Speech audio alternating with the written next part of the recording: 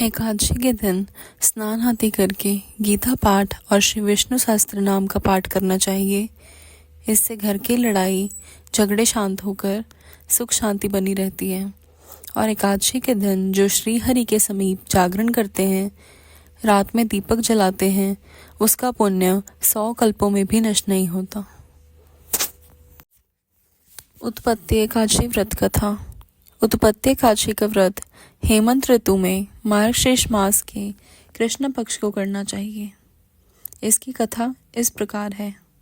युधिष्ठिर ने भगवान श्री कृष्ण से पूछा, भगवान, पुण्यमयी एकादशी तिथि कैसे उत्पन्न हुई? इस संसार में वह क्यों पवित्र मानी गई तथा देवताओं को कैसे प्रिय हुई? श्री भगवान बोले, कुंती नंदन, प्राचीन समय की बात है। सतयुग में मुर नामक दानव रहता था। वह बड़ा ही अद्भुत, अत्यंत रौद्र तथा संपूर्ण देवताओं के लिए भयंकर था। उस काल रूपधारी दुरात्मा महासुर ने इंद्र को भी जीत लिया था। संपूर्ण देवता उससे परास्त होकर स्वर्ग से निकाले जा चुके थे और शक्ति तथा भयभीत होकर पृथ्वी पर विचरा करते थे। एक दिन सब देवता महादेव जी के पास गए। वहां इंद्र ने भगवान शिव के आगे सारा हाल कह सुनाया। इंद्र बोले, महेश्वर, ये देवता स्वर्गलोक से निकाले जाने के बाद पृथ्वी पर विचर रहे हैं। मनुष्यों के बीच रहना इन्हें शोभा नहीं देता। देव, कोई उपाय बतलाइए। देवता किसका सहारा लें? महादेव जी ने कहा, देवराज, जहाँ सबको शरण देने वाली, सबकी रक्षा में तत्पर रहने वाली, जगत के स्वामी भगवान गरुड़ ध्वज विराजमान हैं, वहां जाओ। वे तुम लोगों की रक्षा करेंगे। भगवान श्री कृष्ण कहते हैं, युधिष्ठिर, महादेव जी की यह बात सुनकर परम बुद्धिमान देवराज इंद्र संपूर्ण देवताओं के साथ क्षीर सागर में गए, जहाँ भगवान गदाधर सो रहे थे। इंद्र ने हाथ जोड़कर उनकी स्तुति की। इंद्र बोले, देव देवेश्वर, आपको नमस्कार है। देव, आप ही पति, आप ही मति, आप ही कर्ता और आप ही कारण हैं। आप ही सब लोगों की माता और आप ही इस जगत के पिता हैं। देवता और दानव दोनों ही आपकी वंदना करते हैं। पुंडरीकाक्ष, आप दैत्यों के शत्रु हैं। मधुसूदन, हम लोगों की रक्षा कीजिए। प्रभु जगन्नाथ, अत्यंत उग्र स्वभाव वाले महाबली मुर नामक दैत्य ने इन संपूर्ण देवताओं को जीतकर स्वर्ग से बाहर निकाल दिया है। भगवान, देव देवेश्वर, शरणागत वत्सल, देवता भयभीत होकर आपकी शरण में आए हैं। दानवों का विनाश करने वाली कमल नयन, भक्त वत्सल, देव देवेश्वर, जनार्दन, हमारी रक्षा कीजिए। भगवान शरण में आए हुए देवताओं की सहायता कीजिए। इंद्र की बात सुनकर भगवान विष्णु बोले, देवराज, वह दानव कैसा है? उसका रूप और बल कैसा है तथा उस दुष्ट के रहने का स्थान कहाँ है? इंद्र बोले, देवेश्वर, पूर्व काल में ब्रह्मा जी के वंश में तालजंग नामक एक महान असुर उत्पन्न हुआ था, जो अत्यंत भयंकर था। उसका पुत्र मुर दानव के नाम से विख्यात है। वह भी अत्यंत उत्कट, महापराक्रमी और देवताओं के लिए भयंकर है।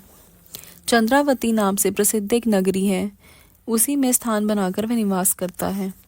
उस दैत्य ने समस्त देवताओं को परास्त करके उन्हें स्वर्गलोक से बाहर निकाल दिया है। उसने एक दूसरे ही इंद्र को स्वर्ग के सिंहासन पर बिठा दिया है। अग्नि, चंद्रमा, सूर्य, वायु तथा वरुण भी उसने दूसरे ही बनाए हैं। जनार्दन, मैं सच्ची बात बता रहा हूँ, उसने सब कोई दूसरे ही कर लिए हैं। देवताओं को तो उसने उनके प्रत्येक स्थान से वंचित कर दिया है। इंद्र की यह बात सुनकर भगवान जनार्दन को बड़ा क्रोध आया। उन्होंने देवताओं को साथ लेकर चंद्रवर्ती नगरी में प्रवेश किया। भगवान गदाधर ने देखा कि दैत्यराज बारंबार गर्जना कर रहा है और उससे परास्त होकर संपूर्ण देवता 10 दिशाओं में भाग रहे हैं।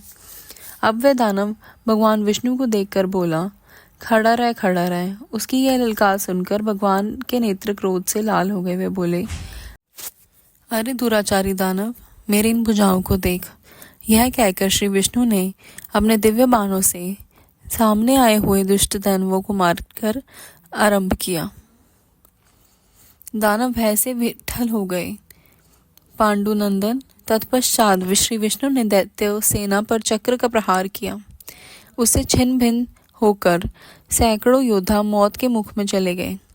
इसके बाद भगवान मधुसूदन बदरिकाश्रम को चले गए। वहां सिंगावती नाम की गुफा थी जो 12 योजना लंबी थी। पांडुनंदन उस गुफा में एक ही दरवाजा था। भगवान विष्णु उसी में सो गए। वह दानव मुर भगवान को मार डालने का उद्योग में उनके पीछे पीछे तो चला ही था। उसने भी उस गुफा में प्रवेश किया। वह भगवान को सोते देख उससे बड़ा हर्ष हुआ। उसने सोचा, यह दानव को भय देने वाला देवता है, अंत निसंदेह से मार डालूंगा। युधिष्ठिर दानव के इस प्रकार विचार करते ही भगवान विष्णु के शरीर से एक कन्या प्रकट हुई, जो बड़े ही रूपवती, सौभाग्यशालिनी तथा दिव्य अस्त्र शस्त्रों से सुसज्जित थी। वह भगवान के तेज से अंश से उत्पन्न हुई थी। उसका बल और पराक्रम महान था। युधिष्ठिर दानवराज मुर ने उस कन्या को देखा। कन्या ने युद्ध का विचार करके दानव के साथ युद्ध के लिए याचना की। युद्ध छिड़ गया। कन्या सब प्रकार की युद्ध कला में निपुण थी। वह मुर नामक महान असुर उसके हंकार मात्र से राख को ढेर हो गया। दानव के मारे जाने पर भगवान जाग उठे। उन्होंने दानव को धरती पर इस प्रकार निष्प्राण पड़ा देखकर कन्या से पूछा, मेरा ये शत्रु अत्यंत उग्र और भयंकर था, किसने इसका वध किया है? कन्या बोली, स्वामी, आपके ही प्रसाद से मैंने इस महादैत्य का वध किया है। श्री भगवान ने कहा, कल्याणी, तुम्हारे इस कर्म से तीनों लोकों के मुनि और देवता आनंदित हुए हैं। अंत तुम्हारे मन में जैसी इच्छा हो उसके अनुसार मुझसे कोई वर मांग लो। देव दुर्लभ होने पर भी वह वर मैं तुम्हें दूंगा, इसमें तनिक भी संदेह नहीं है। वह कन्या साक्षात एकादशी ही थी। उसने कहा, प्रभु, यदि आप प्रसन्न हैं तो मैं आपकी कृपा से सब तीर्थों में प्रधान, समस्त विघ्नों का नाश करने वाली तथा सब प्रकार की सिद्धि देने वाली देवी हूँ। जनार्दन, जो लोग आप में भक्ति रखते हुए मेरे दिन को उपवास करेंगे उन्हें सब प्रकार की सिद्धि प्राप्त हो। माधव, जो लोग उपवास, नक्त भोजन अथवा एक भुक्त होकर मेरे व्रत का पालन करें उन्हें आप धन, धर्म और मोक्ष प्रदान कीजिए। श्री विष्णु बोले, कल्याणी, तुम जो कुछ कहती हो वह सब पूर्ण होगा। भगवान श्री कृष्ण कहते हैं, युधिष्ठिर, ऐसा वर पाकर महाव्रता एकादशी बहुत प्रसन्न हुई। दोनों पक्षों के एकादशी समान रूप से कल्याण करने वाली है। इसमें शुक्ल और कृष्ण का भेद नहीं करना चाहिए। यदि उदय काल में थोड़ी सी एकादशी, मध्य में पूरी द्वादशी और अंत में किंचित त्रयोदशी हो तो वह त्रिस्पर्शा एकादशी कहलाती है। वह भगवान को बहुत ही प्रिय है। यदि एक त्रिस्पर्शा एकादशी को उपवास कर लिया जाए तो 1000 एकादशी व्रतों का फल प्राप्त होता है तथा इसी प्रकार द्वादशी में पालन करने पर 1000 गुना फल माना गया है। अष्टमी, एकादशी, षष्ठी, तृतीया और चतुर्दशी ये यदि पूर्व तिथि से विध हो तो उनमें व्रत नहीं करना चाहिए। परिवर्तनी तिथि से युक्त होने पर ही इनमें उपवास का विधान है। पहले दिन में और रात में भी एकादशी हो तथा दूसरे दिन केवल प्रातःकाल एक दंड एकादशी रहे तो पहली तिथि का परित्याग करके दूसरे दिन की द्वादशी युक्त एकादशी को ही उपवास करना चाहिए। यह विधि मैंने दोनों पक्षों की एकादशी के लिए बताई है। जो मनुष्य एकादशी को उपवास करता है वह वैकुंठ धाम में जाता है, जहाँ साक्षात भगवान गरुड़ ध्वज विराजमान है।